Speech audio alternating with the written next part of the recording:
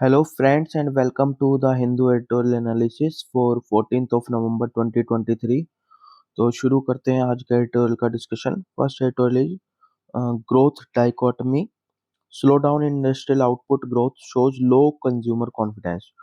तो जो सितंबर में जो आईआईपी था, it it rose to 5.8%, almost half the 14 month high 10.3% growth in August. अगस्त के मुकाबले जो है अगस्त में जो 10.3% था उससे जस्ट हाफ लगभग रहा है, 5.8% पे रहा है। तो इसकी मेन रीजन ये है कि जो फैक्ट्री आउटपुट है सितंबर में वो सभी जगह जो है वो कम देखने को मिला है। मैन्युफैक्चरिंग जो है उसमें भी डिक्लाइन देखने को मिला है, ठीक है ना। जो प्रोडक्शन वॉल्यूम्स है वो भी डिक्लाइन देखने को मिली है, ठीक।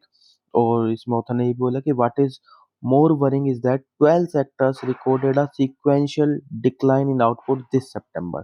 तो 12 सेक्टर्स ने जो है वो सीक्वेंशियल डिक्लाइन जो है वो सितंबर में आउटपुट में वो रिकॉर्ड किया है, ठीक है ना। उसके बाद ऑथर ने यहाँ पे ये भी बोला है कि ये जो आईआईपी ये जो मतलब एक तरह से जो डिक्लाइन देखने को मिला है, वो अगर हम देखें तो एवरेज जो फैक्ट्री आउटपुट ग्रोथ रही है वो 7.4% रही है in the second quarter, lifting the uptick in the first half of 2023 4 to 6%।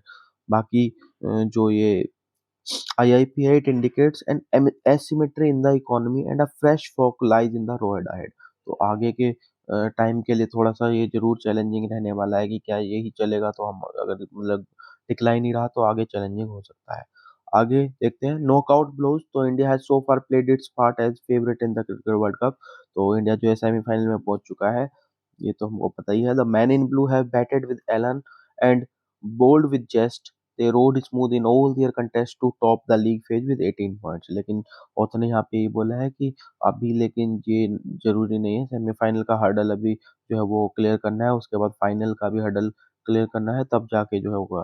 तो India though is yet to win an ICC title since the last triumph of Champions Trophy in 2013। तो कोई भी ICC title जो India ने last कब जीता था, 2013 का चैंपियंस ट्रॉफी जो है वो जीता था। ये डिकेड ओल्ड जो ये सूखा चल रहा है, ड्रॉट है, 10 ईयर ड्रॉट, उसको जो है एड्रेस करने की जरूरत है। तो ये तभी पॉसिबल है जब जो सेमीफाइनल जीतता है और फाइनल जीतता है, क्योंकि सेमीफाइनल में अभी न्यूजीलैंड से इंडिया का मुकाबला है, और जो फाइनल है वो भी जो साउथ अफ्रीका और ऑस्ट्रेलिया दोनों में से जीतेगा उससे उसका फाइनल फिर होगा सेमीफाइनल के बाद। तो अदर सेमीफाइनलिस्ट जो है साउथ अफ्रीका ऑस्ट्रेलिया, वो भी जो है वो मजबूत टीम है। At different points have displayed form and fragility, दोनों ही चीजें वो दर्शा सकती हैं। तो जो चारों ही के कैंडिडेट्स हैं सेमीफाइनल, वो बहुत ही स्ट्रॉन्ग और मजबूत दावेदार हैं, और कभी भी किसी भी सिचुएशन में गेम को पलट सकते हैं, ठीक है ना। तो टफ रहने वाला है। Enhancing representation for a just electoral system. तो यहाँ पे जो बहुत कुछ जो मेन जो दो चार इश्यूज उठाए हैं, वो एक डिलिमिटेशन का उठाया है, जो रिप्रेजेंटेशन है कॉन्स्टिट्यूएंसीज में या लेजिस्लेटिव असेंबलीज में, वो यहाँ पे डिस्कस किया है उतने। तो उतने यहाँ पे शुरुआत ये की कि इंडिया का अगर एक एमपी की देखें तो वो रिप्रेजेंट करता है लगभग 2.5 मिलियन सिटीजन्स को ऑन एवरेज। वहीं पे अगर यूएस को कंपेयर करें तो वो केवल 7 लाख सिटीजन्स को रिप्रेजेंट करता है। पाकिस्तान से देखें तो 6 लाख को, और बांग्लादेश को देखें तो 5 लाख सिटीजन्स को, जबकि इंडिया में 25 लाख को, ठीक है ना। तो इस साल ऑथर ने ये बताया कि लगभग 4,126 टोटल मेंबर ऑफ एमएलए थे, 543 लोकसभा सीट रही हैं, और 245 राज्यसभा के एमपी रहे हैं, ठीक है ना। तो फिर उसके बाद ऑथर ने बोला है कि उसके बाद ग्रास रूट लेवल पे भी है कि आपके पास म्यूनिसिपैलिटीज है, म्यूनिसिपल कॉरपोरेशंस है, ठीक है ना, ग्राम पंचायत भी है आपके पास, लगभग 2,38,000 जो है पंचायत भी है आपके पास, ठीक है ना। और उनके मेंबर्स भी हैं, ठीक है ना। 5 to 30 मेंबर्स ऑन एवरेज जो है इनमें आपके पंचायत में मिलते हैं। तो ऑथर ने बोला है कि there is a clear deficit in terms of their adequate representation in order to raise critical issues and enable law making. Deficit representation तो जरूर है वहाँ पे, ये नहीं कह सकते कि नहीं है, डेफिसिट रिप्रेजेंटेशन है। तो ऑथर ने ये भी सजेस्ट किया our political system is riven with malapportionment. दूसरी चीज जिससे जो यहाँ पे इशू है वो ये है कि जो हमारा पॉलिटिकल सिस्टम मेल अपॉर्शनमेंट से जो है वो अफेक्टेड है। लेजिस्लेटिव वेट जो है being skewed toward the citizens of select states, कुछ सेलेक्ट स्टेट्स की तरफ ही जो है वो लेजिस्लेटिव वेट जो है वो झुका हुआ दिखाई देता है। जबकि इंडिया के अगर आप कंपैरिजन में यूएस को देखो तो वहां पे पॉलिटिकल सिस्टम जो है that seeks to engender malapportionment with each state given two senators in the US Senate enabling a block on legislation। वहाँ पे यूएस सीनेट में क्या हर स्टेट से जो है दो सीनेट जो है जो दो सीनेटर्स हैं वो हर स्टेट को प्रोवाइड किए हैं। लेकिन जो डिस्प्रोपोर्शनेट अलोकेशन ऑफ पावर ये एनकरेज जरूर किया जाता है, लेकिन ये कहाँ पे, ये होमोजीनियस जहाँ पे कंट्री है वहाँ पे इजी है, जहाँ पे बाई पार्टी पॉलिटिकल सिस्टम है, होमोजीनियस कंट्री है, क्योंकि सेम पार्टी ही compete करेंगे अक्रॉस ऑल स्टेट। लेकिन इंडिया में ऐसा नहीं है। इंडिया में क्या है, यहाँ पे हेट्रोजीनियस पॉलिटिकल सिस्टम है, अलग अलग पॉलिटिकल पार्टीज है across state. Malapportionment can mean empowering select political outfits over other. यहाँ पे अगर आप मेल अपॉर्चमेंट करेंगे तो उसका मतलब ये होगा कि आप कुछ सेलेक्टेड पॉलिटिकल आउटफिट्स को जो ही प्रेवलेंस दे रहे हैं, एम्पावर कर रहे हैं ओवर द अदर, क्योंकि यहाँ पे मल्टी पार्टी है, मल्टीपल पार्टीज है, स्टेट्स में अलग अलग वेरी कर रही है, ऐसा नहीं है कि सभी पार्टी हर स्टेट में है, ठीक है ना। तो पहला इशू तो यहाँ पे ये ऑथर ने यहाँ पे किया है कि डिफरेंट पॉलिटिकल कल्चर है साउथ में, डिफरेंट पॉलिटिकल कल्चर है नॉर्थ ईस्ट में। तो यहाँ पे इन सब चीजों को आपको सोचना चाहिए कि आप यूएस वाला सिस्टम तो यहाँ पे आप नहीं ला सकते हैं, ठीक है। दूसरी चीज, डिलिमिटेशन पे ऑथर ने क्या बोला है, डिलिमिटेशन पे ऑथर ने बोला है कि delimitation could be a potential solution to restore proportionality it has been utilised in the past. तो यहाँ पे जो सॉल्यूशन बचता है प्रोपोर्शनैलिटी को एक तरह से रिस्टोर करने का, वो बचता है हमारे पास डिलिमिटेशन, जो हमने पास्ट में भी देखा है। 1976 में फ्रोज कर दिया गया था कि 2001 के बाद जो भी इलेक्शन वो होगा, सेंसस उसको जो है माना जाए उसके अकॉर्डिंग जो है डिलिमिटेशन होगा। उसके बाद फिर 84th अमेंडमेंट एक्ट से 2002 में जो है फिर से वो फर्दर जो है फ्रोज कर दिया गया 2026 के सेंसस तक के लिए कि भाई 2026 के बाद जो भी फर्स्ट सेंसस होगा वो होगा, तो उसके हिसाब से वो 2031 में होना था, लेकिन अभी 2021 का सेंसस जो डिले हो गया है और शायद 2024 के इलेक्शन के बाद वो कंडक्ट हो और शायद 2026 तक उसकी रिपोर्ट आए। उसके बाद जो है शायद डिलिमिटेशन जो है वो थोड़ा सा अर्लियर हो सकता है, मतलब 2031 से पहले भी देखने को मिल जाए, ठीक है ना। लेकिन ऑथर ने क्या बोला है, however unleashing delimitation will have its own consequences. ऐसा नहीं है कि डिलिमिटेशन होने से सब कुछ सोल्व हो जाए, उसके अपने कॉन्सिक्वेंसेज है। क्योंकि अगर आप देखें 1971 2011 में अगर कंपेरिजन है राजस्थान और केरल का, तो तब राजस्थान में 25 मिलियन जो है पॉपुलेशन थी, वहीं सॉरी हाँ, और केरल में जो 21 मिलियन थी। ये गैप अगर आप देखते तो वाइडन होके 68 मिलियन पहुंच गया है 2001 के सेंसस के हिसाब से राजस्थान का, जबकि 33 मिलियन है वो सिर्फ वो है केरल का। तो गैप देख रहे हैं आप कितना, जो 4 मिलियन का गैप था वो अब कितना ज़्यादा जो है वो गैप हो गया है। ठीक है ना? 35 मिलियन का गैप यहाँ पे आपको देखने को मिलेगा। उसी तरह से 2019 का इलेक्शन देखें तो जो हर एक एमपी जो उत्तर प्रदेश से था वो रिप्रेजेंट करता है लगभग 3 मिलियन वोटर्स को। वहीं जो एमपी है लक्षद्वीप का वो रिप्रेजेंट करता है केवल 55,000 वोटर्स को। तो ये सब चीज़ें हैं कि कोई ना कोई तो पनिश होगा ही। तो पार्लियामेंट्री सीट्स अगर मान लो 753 सीट्स तक भी आप बढ़ा देते हैं, तो ऐसी सिचुएशन में जो तमिलनाडु, आंध्र प्रदेश, तेलंगाना और केरल है, उनकी सीट्स में केवल 6% आपको इंक्रीज मिलेगा, जबकि कर्नाटका की सीट में आपको देखने को मिलेगा 11% राइज। वहीं पे अगर आप नॉर्दर्न स्टेट्स की बात करें जैसे उत्तर प्रदेश, बिहार, मध्य प्रदेश, तो राजस्थान, उनकी सीट्स में राइज मिला है 63% का। तो डिलिमिटेशन जो है हिस्टोरिकल फॉर्म में देखें तो it would engender a bias towards Hindi speaking northern population while enabling select national party to raise power. दोनों ही चीज, एक तो ये दिखाता है कि बायसनेस थोड़ी सी हिंदी स्पीकिंग नॉर्दर्न पॉपुलेशन की तरफ रहेगा इसका, और दूसरा कुछ जो सेलेक्ट नेशनल पार्टीज हैं उनको भी वो एम्पावर करता हुआ नजर आएगा डिलिमिटेशन, ठीक है ना। तो दूसरा जो स्टेट्स हैं which have performed well in reducing their population growth such as Tamil Nadu and Kerala में भी पने, और जिन स्टेट्स ने अपनी पॉपुलेशन को कंट्रोल करने में, पॉपुलेशन ग्रोथ को रिड्यूस करने में जो है एफर्ट्स किए हैं, वो पनिश होते हुए दिखाई देते हैं। तो ये ऑथर ने बोला कि delimitation is inevitable but its deleterious consequences can be minimize. Author ने बहुत अच्छा यहाँ पे सजेशंस दिए हैं कुछ कि डिलिमिटेशन ये तो है कि होगा तो है ही, लेकिन इसके जो कॉन्सिक्वेंसेज है जो ऊपर हमने डिस्कस किए ये मिनिमाइज कर सकते हैं कैसे। तो यहाँ पे ऑथर ने 4 वे सजेस्ट किए, ऑथर के पर्सनल व्यूज है, उन्होंने बताया कि जो नंबर ऑफ सीट्स है पार्लियामेंट में उनको आप सिग्निफिकेंटली बढ़ाइए। मतलब जो 753 की बात हो रही है उससे जाके कहीं ना कहीं कम से कम 848 तक बढ़ाओगे, तो क्या होगा, जो स्टेट लूज कर रही है वो नहीं करेंगे। क्यों? It will help in enhancing to enhance democratic representation ratio, जिससे आप जिन स्टेट्स के सीट्स लॉस हो रहे हैं उनको आप ज्यादा दे सकते हैं। Delimitation should not be driven only by factors based on population. दूसरा सजेशन ये है कि डिलिमिटेशन को केवल पॉपुलेशन पे तक ही जो आप सीमित नहीं रखिए। Geographical determinism, economic productivity, linguistic history and a sense of fairness should be also play a part. इन चीजों को भी आप उसमें रोल रखिए जब आप जो है रिप्रेजेंटेशन या डिलिमिटेशन जो है आप तैयार करेंगे, ठीक है ना। फिर ऑथर ने कहा कि the fiscal impact of delimitation on future transfers to states will also need to be rethought. और ये जो फिस्कल इम्पैक्ट होने वाला है डिलिमिटेशन का, जो फ्यूचर ट्रांसफर होते हैं स्टेट्स को, जो एड या जो फाइनेंस ट्रांसफर किए जाते हैं, उनमें भी इसका जो है इसको भी रीथॉट या रीथिंकिंग करने की जरूरत है, ऐसा उन्होंने यहाँ पे सजेस्ट किया है। ठीक है, फिर ऑथर ने यहाँ पे बात की फेडरलिज्म को आप कैसे प्रमोट करेंगे डिलिमिटेशन के कॉन्टेक्स्ट में। इसमें बोला है रिप्रेजेंटेशन के थ्रू में ही कि फेडरलिज्म को प्रमोट करने का क्या रहेगा। तो अब जो हमारा इलेक्टोरल सिस्टम है it must be reformed. Author ने बोला कि इसको रिफॉर्म करने की जरूरत है क्योंकि federalism needs to be promoted. Past decades of centralization that have impacted central relations, and we need to give states a better voice and a platform to represent their interest। कि states को जो है एक better voice देने की जरूरत है, एक प्लेटफॉर्म देने की जरूरत है ताकि वो अपना इंटरेस्ट जो अच्छे से रिप्रेजेंट कर सके। कॉन्स्टिट्यूशनल रिफॉर्म जो है वो परस्यू की जा सकते हैं इसके लिए कि हर एक स्टेट को जो है same number of Rajya Sabha MP दे। देखो लोकसभा में आप पॉपुलेशन के वाइज या डिलिमिटेशन के हिसाब से कर सकते हैं, लेकिन राज्यसभा में हर एक एमपी को जो है आप सेम जो है वो नंबर ऑफ सीट्स जो है वो अलॉट कर सकते हैं। और उसी तरह से जो राज्यसभा के एमपी है उनके लिए आप डायरेक्ट इलेक्शंस कर सकते हैं। These should be promoted while ensuring that a domicile requirement is added and stringently adhered to। और उसमें आप ये कर सकते हैं कि डोमिसाइल की रिक्वायरमेंट कर दें जो भी वहाँ पे इलेक्शन लड़ेगा उस पर्टिकुलर स्टेट या उस सीट से, ठीक है ना, वो डायरेक्ट इलेक्शन कर सकते हैं। फिर तीसरा उसने यहाँ पे एक बोला कि प्रोपोर्शनल रिप्रेजेंटेशन, वो भी एक जो है कंसिडर किया जा सकता है लोकसभा और एमएलए और स्टेट असेंबलीज के इलेक्शंस के लिए। प्रोपोर्शनल रिप्रेजेंटेशन बेसिकली क्या होता है, वहाँ पे चॉइसेस भरी जाती हैं, first second third number candidates को लिस्ट कर दिया 1 2 3 4। और अगर कोई भी फर्स्ट राउंड में जो है मेजोरिटी नहीं ले पाता है तो जो सबसे लीस्ट वोट वाला होता है उसको निकाल देते हैं, फिर उसकी वोट जो है ट्रांसफर करते हैं सेकंड प्रेफरेंसेज वाली। इसी तरीके से जब तक फाइनल जो मेजोरिटी नहीं कोई भी एक जो कैंडिडेट नहीं कर लेता तब तक जो है ऐसे ही काउंटिंग होती रहती है, ठीक है ना।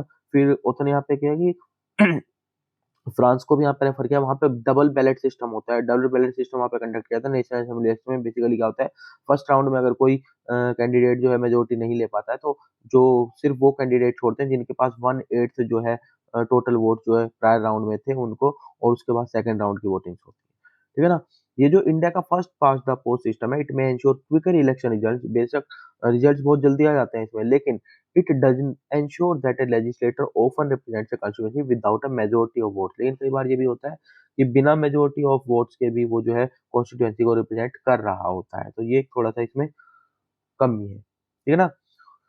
मोर स्टेट्स की ऑथर ने फिर सजेस्ट किया कि आप एक ये सॉल्यूशन भी है कि we need more states as well. हमें ज़्यादा स्टेट्स की भी ज़रूरत है कि जो अभी प्रेजेंटली स्टेट्स हैं उनसे कहीं ज़्यादा हमें जो है वो ज़रूरत है। हमारे पास लगभग अ, अगर देखें पॉपुलेशन वाइज भी तो जो largest state highest resident population जो देखेंगे हम यूनाइटेड स्टेट में जो कैलिफोर्निया वो है जस्ट 39 मिलियन पॉपुलेशन कैलिफोर्निया में, ठीक है ना। और एवरेज स्टेट पॉपुलेशन देखो 5 to 6 मिलियन है। लेकिन अगर इंडिया की बात करें तो लगभग 22 इंडियन स्टेट यूटी ऐसी हैं जहाँ पे पॉपुलेशन जो है इनसे हायर है, ठीक है ना, 39 मिलियन से। स्टेट रीऑर्गेनाइजेशन कमीशन की अगर बात करें 1953 में तो उसने 14 लिंग्विस्टिक स्टेट्स और 6 यूनियन टेरिटरीज बनाई थी। उसके बाद अभी अगर इंडियन कॉन्टेक्स्ट में उन्होंने बोला कि इंडिया के पास पोटेंशियल है टू हैव मोर स्टेट्स, क्योंकि जो अभी 29 स्टेट्स हैं उनसे बढ़ के हमें 50 या इवन 75 स्टेट तक जो है वो हम कर सकते हैं। साउथ ने यहाँ पे सजेस्ट किया कि स्टेट बढ़ा सकते हैं, ठीक है ना। क्योंकि कुछ स्टेट्स ऐसी हैं जो simply to be governed well as a single unit हो चुकी हैं। तो कंसर्न अबाउट नॉर्थ इंडियन और large states dominating the polity would be alleviated if we had more and smaller size state. तो ये जो कंसर्न है कि जो लार्ज स्टेट है वो डोमिनेट कर रही है पॉलिटी को, या जो नॉर्दर्न इंडिया वो डोमिनेट कर रहा है, तो इसको आप एलिवेट कर सकते हैं कि आप ज़्यादा स्टेट्स बना दें और स्मॉलर साइज जो है स्टेट्स रखें तो ज़्यादा ये एड्रेस हो जाएँगी। और उन्होंने यहाँ पे ये भी सजेस्ट किया कि आप लिंग्विस्टिक बेसिस पे स्टेट्स को ना बनाने की ज़रूरत नहीं, क्यों? हमारे पास इनफ लिंग्विस्टिक स्टेट्स ऑलरेडी हैं, तो states must be split up redesigned to enhance administrative efficiency and democratic accountability. तो स्टेट्स को जो आपको बनाना है वो लिंग्विस्टिक बेसिस पे ना छोड़ के आपको एडमिनिस्ट्रेटिव एफिशिएंसी या फिर डेमोक्रेटिक अकाउंटेबिलिटी के आधार पे बनाने के लिए सजेस्ट किया है।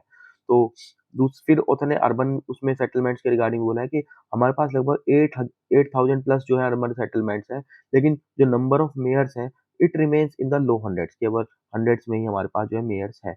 तो एवरी सेंसस टाउन्स के पास जो है एक फिक्स टेन्योर का मेयर होना चाहिए जिसको डायरेक्ट इलेक्शन के थ्रू अपॉइंट किया जाना चाहिए। और डायरेक्ट इलेक्शन से क्या होगा, it could enhance democratic representation while improving efficiency in urban governance. Urban governance में एफिशिएंसी तो इंप्रूव होगी, साथ-साथ जो डेमोक्रेटिक रिप्रेजेंटेशन है वो भी एनहांस होगा। फिर enhancing local democratic representation will help strengthen India's democracy. अगर लोकल जो डेमोक्रेटिक रिप्रेजेंटेटिव उसको आप एनहांस करेंगे तो जाहिर सी बात है इंडिया की डेमोक्रेसी जो है वो स्ट्रेंथन होगी। Such measures might help alleviate the concerns of citizens in a varied parts of India and to enhance its democracy. से जो है डेमोक्रेटिक ऑटोमेटिकली जो है एनहांस होगी, स्ट्रेंथन होगी। तो ये सारे सजेशंस ऑथर ने यहाँ पे दिए हैं। रेमिशन of diabetes desirable but not essential. तो यहाँ पे वर्ल्ड डायबिटीज डे जो है वो 14 नवंबर को मनाया जाता है, उसी कॉन्टेक्स्ट में ये जो है आया है। तो यहाँ पे उसने बोला कि जो हम रिवर्सल ऑफ डायबिटीज एक कॉन्सेप्ट सुनते हैं वो एक्चुअली वो करेक्ट नहीं है। एक्चुअल में जो टर्म रिवर्सल ऑफ डायबिटीज है वो साइंटिफिकली इनकरेक्ट है, क्योंकि जो अप्रोप्रिएट टर्म है वो होती है रिमिशन ऑफ डायबिटीज। क्योंकि रिमिशन का मतलब आप उसको कम कर रहे हैं, रिवर्सल का मतलब कंप्लीटली हमने परमानेंटली उसको हटा दिया है। लेकिन रिमिशन का मतलब ये है कि सिर्फ टेम्परेरी टाइम के लिए वो गई है, वो दोबारा भी आ सकती है। तो रेमिशन और टाइप 2 डायबिटीज, तो यहाँ पे उसने बोला कि डायबिटीज जो है सिंगल कंडीशन नहीं है, कई टाइप की डायबिटीज है, टाइप 1 है, टाइप 2 है, और भी टाइप्स है, ठीक है ना। तो जो ये रेमिशन है ये बेसिकली जो है मोस्टली जो देखा जाता है वो टाइप 2 डायबिटीज जो है उसको ही रेमिशन करते हैं। तो क्या हर कोई जो है अचीव कर सकता है टाइप 2 रेमिशन? तो उसने कहा नहीं, हर कोई नहीं कर सकता, ये भी ट्रू नहीं है। कुछ इंडिविजुअल्स हैं जो टाइप 2 डायबिटीज से सफर कर रहे हैं, जो ज्यादा लाइकली हैं कि वो रेमिशन जो है जल्दी जो है अचीव कर लेंगे, और उनको आइडेंटिफाई करते हैं ABCDE लेटर से। ए यहाँ पे A1C जो ग्लाइसेटेड हेमोग्लोबिन है उसको रेफर करता है, वो हाई होना चाहिए। बी जो है वो बॉडी मास इंडेक्स को करता है, वो बॉडी वेट। अगर वो हाई होगा तो ज्यादा लाइकली होगा कि आप रेमिशन अचीव कर लेंगे, क्योंकि वेट लॉस करेंगे तो आप अचीव कर लेंगे। सी जो है स्टैंड करता है सी पेप्टाइड के लिए, जो इंसुलिन सिक्रीशन को मेजर करता है। अगर वो गुड होगा तो आप जो अचीव कर सकते हैं इजीली रेमिशन को। डी जो है स्टैंड करता है duration of diabetes, shorter duration के लिए तो ग्रेटर चांस है आपके रेमिशन के। और जो ई है वो स्टैंड करता है एंथुसियास्टिक इंडिविजुअल के लिए, जो मतलब जितना ज्यादा एंथुसियाज्म होगा आप में उतना जल्दी आप अचीव कर पाने में सफल हो पाएंगे रेमिशन, ठीक है ना। फिर ऑथर ने बोला है कि क्या जो लोग नहीं अचीव कर सकते रेमिशन उनके बारे में क्या क्या उनको डिसअर्टर्न होने की जरूरत है? तो ऑथर ने बोला कि नहीं, बिल्कुल नहीं। जो एक्सपीरियंस है ऑथर का वो ये कहता है कि मेजोरिटी ऑफ पीपल जिन्होंने टाइप 2 डायबिटीज में जो है लॉन्ग टर्म रेमिशन जो है डायबिटीज में अचीव करना में डिफिकल्टी पाया करते हैं। और जो लोग अचीव कर पाए हैं वो भी जो है जब उनको डायबिटीज अगर मान लो दोबारा रिटर्न होती है तो वो बहुत सीवियरिटी के साथ जो है वो वापस आती है, और उनकी कंडीशन वो जो है वर्स ओपन वर्स कर देती है जो वो रेमिशन से पहले उसकी थी। तो मतलब रेमिशन होना ही जस्ट नहीं है, उसको आपको मेंटेन करना जो है वो ज्यादा जरूरी है, ठीक है। Leading a long and healthy life, तो उसने यहाँ पे बोले कि जिन लोगों में रेमिशन नहीं हो रहा है तो वो तब भी उसके बावजूद भी जो है वो एक हेल्दी लाइफ जो है वो फॉलो मतलब जी सकते हैं, just to follow another set of ABCD link mantras. तो वो डायबिटीज होते हुए डायबिटिक होते हुए भी हेल्दी लाइफ जो है लीड कर सकते हैं, कैसे? तो ए से उन्होंने बताया A1C ग्लाइसेटेड हेमोग्लोबिन को जो है उन्हें बिलो 7% रखना है, और अगर पॉसिबल हो तो इवन बिलो 6.5% रखना है। ब्लड प्रेशर जो है उनको कम रखना है, मेंटेन करके रखना है 130 टू 80 mmHg, और as appropriate for the age. C से कोलेस्ट्रॉल बोला है, LDL कोलेस्ट्रॉल उसको जो है लेस रखना है, लेस देन 50 mg पर डेसीलीटर, और एटलीस्ट बिलो 70 mg पर डेसीलीटर। डी से डिसिप्लिन बोला है, डिसिप्लिन में basically healthy diet, exercise, frequent checkups, और डायबिटोलॉजिस्ट के साथ जो है वो आपके फ्रीक्वेंट विजिट चेकअप रहने चाहिए ताकि आप उसको कंट्रोल में रखें। तो इन सब के साथ भी जो है 50-60 साल तक इवन, और उसके बाद भी जो है जो सर्वाइवल पॉसिबल है डायबिटीज से, और वो भी बिना बिना किसी कॉम्प्लिकेशंस के जो है पॉसिबल है। तो अल्टीमेट एम जो होता है ट्रीटमेंट ऑफ डायबिटीज का, it is to have a diabetes complication free life. Main um ये होना चाहिए कि डायबिटीज कॉम्प्लिकेशन फ्री लाइफ आपकी होनी चाहिए। आप रिमिशन कर रहे हैं कंप्लीटली उसको हटा रहे हैं, इसका कोई वो नहीं है, ठीक है ना। तो डाटा पे उसने बोला कि ICMR का जो इंडिया डायबिटीज स्टडी है उसमें ये बोला था, बताया है कि currently 101 million people with diabetes and 136 million people with pre diabetes in India जो है एग्जिस्ट करते हैं। तो जो प्री डायबिटीज है उनको आपको ये देखना है कि वो डायबिटीज में ना कन्वर्ट हो, और जो डायबिटिक है उनको ये देखना है कि we can at least have a diabetes complication free India. तो हमारी अचीवमेंट ये रहना चाहिए, हम एटलीस्ट ये जो है ड्रीम कर सके कि हम जो डायबिटीज कॉम्प्लिकेशन फ्री इंडिया बना सके, और वो हम ये जो ABCD हमने जो मैकेनिज्म जो मंत्रा डिस्कस किया था उससे जो है वो अचीव किया जा सकता है। तो दिस इज इट। आगे देखते हैं Madhya Pradesh in the bottom half of all state level ranking. तो यहाँ पे जो इलेक्शन नवंबर 17 से जो इलेक्शंस होने वाले हैं शेड्यूल्ड है मध्य प्रदेश असेंबली के लिए, तो उससे पहले जो एक कंपैरिजन जो है दिखाया है इकोनॉमिक, सोशल और एनवायरमेंटल इंडिकेटर्स का पोल बाउंड स्टेट में। तो मध्य प्रदेश जो है बॉटम हाफ में जो है फीचर करता हुआ दिखाई देता है।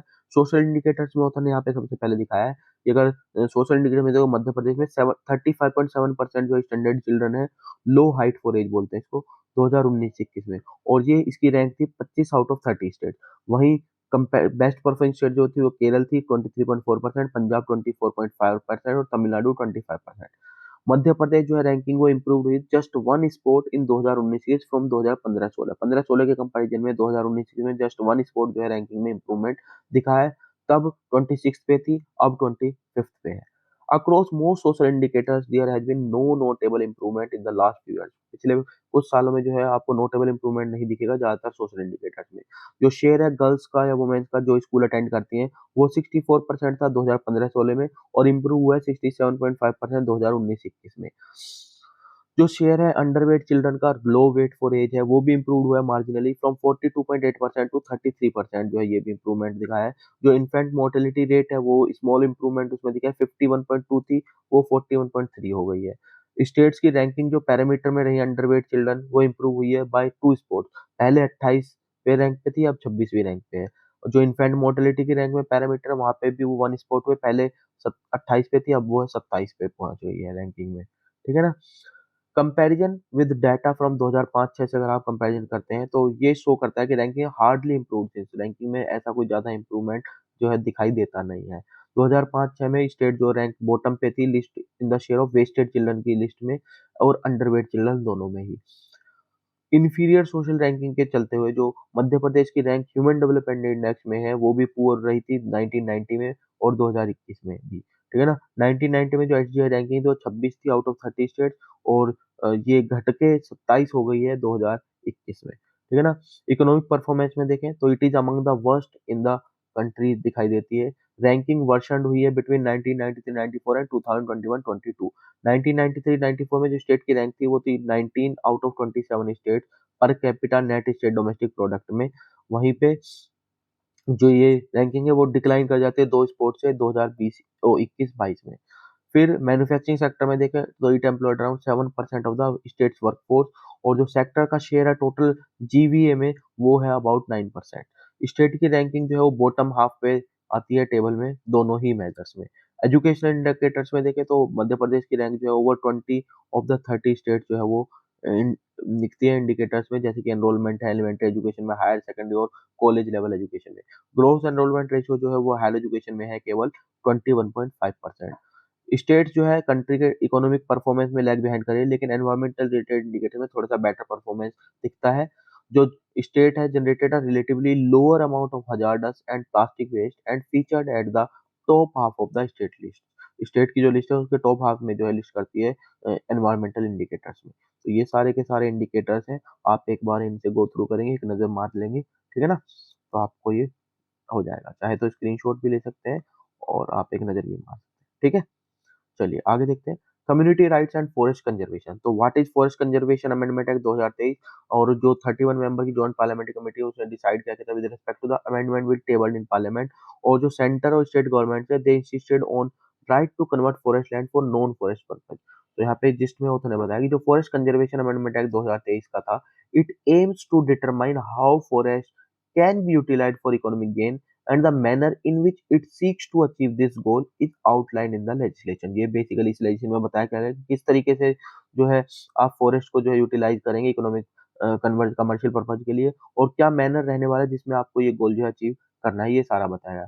जो primary method used to achieve this objective involves removing forest from the law jurisdiction thereby facilitating various forms of economic exploitation। क्योंकि मेनली जो लॉ के जुरिडिक्शन से इसको जो प्राइमरी ऑब्जेक्टिव जो था वो अचीव जो मेथड प्राइमरी मेथड जो इसमें बताया वो ये है कि उसमें जो फॉरेस्ट है उनको लॉ के जुरिडिक्शन से हटाया गया जिससे जो है जो इकोनॉमिक एक्सप्लॉइटेशन होना है वो फॉरेस्ट का वो ज्यादा आसान बना दिया और उसको एक तरह से फैसिलिटेट कर दिया है। फॉरेस्ट कंजर्वेशन एक्ट की अगर बात करें तो it underwent important amendment in 2016 and 2017 में दोनों में इसमें इंपॉर्टेंट अमेंडमेंट्स हुए थे which stipulated that prior consent from the tribal gram sabha was mandatory for any alterations to forest for non forest purpose। अगर आपको किसी भी फॉरेस्ट को नॉन फॉरेस्ट पर्पज में कन्वर्ट करना है तो आपको प्रायर परमिशन कहाँ से लेनी पड़ेगी ग्राम सभा की। आपको जो ट्राइबल एरिया में जो है वहाँ की ग्राम सभा से आपको जो है कंसेंट लेनी पड़ेगी और वो मैंडेटरी एक प्रोविजन था। ठीक है ना। फिर स्टेट्स का जो बताया कि डिस्पाइट द इनिशियल एंथुसियाज्म इस चीज के लिए शुरू में जो है एंथुसियाज्म काफी दिखा था लेकिन बाद में it appears that both the central and state governments have become less enthusiastic about implementing the FRAs in their states। लेकिन बाद में ये देखने को मिलता है कि जो दोनों ही सेंटर और स्टेट दोनों ही गवर्नमेंट जो है वो कम एंथुसियास्टिक दिखाई देती हैं कि वो इम्प्लीमेंट नहीं कर रही है फॉरेस्ट राइट्स एक्ट अपने अपने स्टेट्स में, ठीक है ना। क्यों नहीं कर रही है, तो प्रॉब्लम्स क्या है? क्योंकि once the law is put into practice it present substantial challenges to forest dwelling communities and government agencies. तो दोनों को ही ये एक चैलेंजेस दिखाई देते हैं इसको इम्प्लीमेंट करने में, फॉरेस्ट ड्वेलिंग कम्युनिटीज को भी और गवर्नमेंट एजेंसी को। वो क्या क्या है?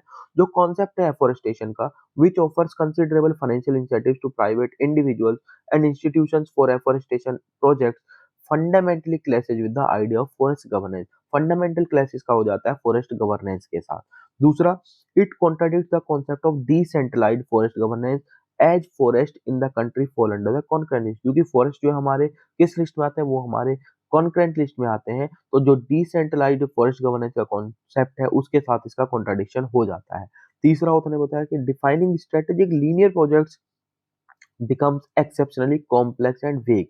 ये एक कॉम्प्लेक्स प्रोसीजर है डिफाइन करना कि स्ट्रेटेजिक आपने लीनियर प्रोजेक्ट जो है बता रहे हैं उनको वेग भी बोला होता है ना और कॉम्प्लेक्स भी होता है। फिर चौथा चैलेंज होता है बताया कि इंटरनल एनवायरमेंट सिक्योरिटी जो है it should also be considered significant concern, specially in state that consistently face natural disasters. उन स्टेट्स में जहाँ पे नेचुरल डिजास्टर्स अक्सर देखने को मिलते हैं वहाँ पे इंटरनल एनवायरमेंटल सिक्योरिटी जो है वो भी एक जो है सिग्निफिकेंट कंसर्न जो है दिखाई देती है। तो ये सारे चैलेंजेस हैं, इश्यूज हैं जिनकी वजह से ये इम्प्लीमेंट नहीं हो पा रहा है, ठीक है ना। तो यही आज का, so this is it regarding today discussion. Hope आपको डिस्कशन अच्छा लगा होगा। आप कमेंट सेक्शन में बताइए आपको डिस्कशन कैसा लगा है और आउटरीच बढ़ाने के लिए ज़्यादा से ज़्यादा शेयर कीजिए। So thank you.